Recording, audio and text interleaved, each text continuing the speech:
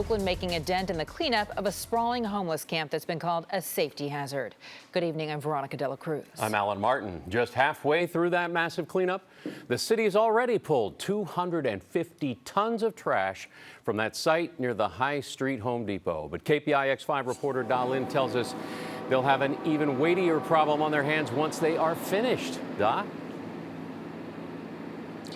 A lot of people still live at this East Oakland encampment, and you're right, the city says the cleanup is far from over. The plan is to shut it down and open an RV site across the street, but that creates another problem.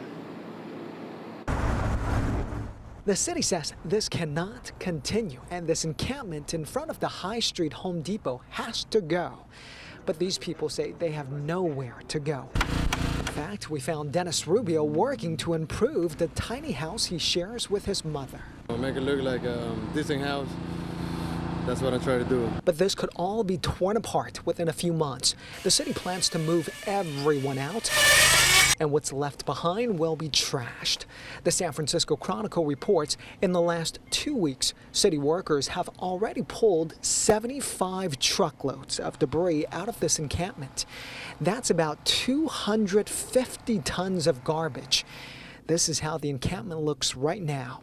Councilman Noel Gallo says there's a lot of trash left. The businesses and the neighbors from that immediate area, they want the homeless and the campers cleared out. And I agree with that, because the way we're managing it is very poorly. And I don't want to lose businesses, because that creates jobs. The city plans to open an RV site next to the encampment. Problem is, people living in cars and vans will not be allowed to park there. Only working RVs. 14 foot, 14 feet. Gilberto Gonzalez Rojas won't qualify to park his camper at the future RV site. And he says most people here don't live in a working RV. He also doesn't want to live in a city-run cabin community because it's too structured. Just like we in the jail, man, you know? They say it's a game of whack-a-mole.